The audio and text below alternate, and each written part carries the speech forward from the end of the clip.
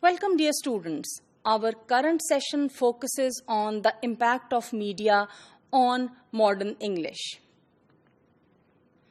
I hope and expect that by the end of this session, you would be able to understand how media has affected and influenced English language during the 19th and the 20th centuries. Well, my dear students, scientific discoveries and inventions do not always influence the language in proportion to their importance. I would just give you the example of radio and telephone.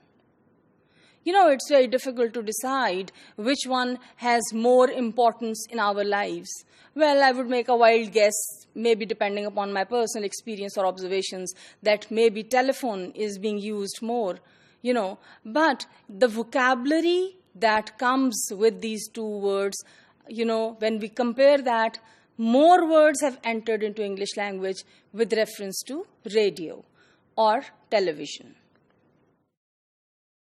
Well, such additions to the vocabulary depend more upon the degree to which the discovery or invention enters into, human life, into human community, into human interaction. The same principle might be illustrated by film, radio, and television. With the passage of time, all these three have developed, all these three have, have expanded, and new dimensions are opened to all the three of these. The result is a lot of vocabulary has been added. If we talk of cinema and moving pictures, particularly from the media, it was in 1899 that they were introduced. And during the last 2 centuries, we have a lot of new words in our vocabulary. Look at the common words. We find them now common, but actually they are very recent. Screen, reel, film, scenario, projector, close-up, fade out. Almost each of these is a word of our everyday usage. We also now, talk of 3D. 3D in itself as a movie phenomenon generated interest for a very short time, and then the scientific world moved on. But the term 3D that was created, that was coined, and that was introduced has retained itself, and actually it has been extended now. Now we use the term in so many different ways. The word radio, in the sense of a receiving station, dates from 1925, and we get the first hint of television as early as 1904. We can look at the common vocabulary of broadcasting. In fact, the word broadcast itself, it is an addition during these times. Then aerial, antenna, lead-in, loudspeaker, standby. Every time these lectures are recorded for you, I am asked to stand by. Solid state. All these words have entered into the field of media and communication during these times. Words like announcer, reception, microphone, transmitter, these words are not considered to be very scientific words or very media-specific words. We use them in our everyday lives. Not only words, but also a lot of abbreviations are used. FM channel X or FM channel Y or FM channel Z, we have different FM channels.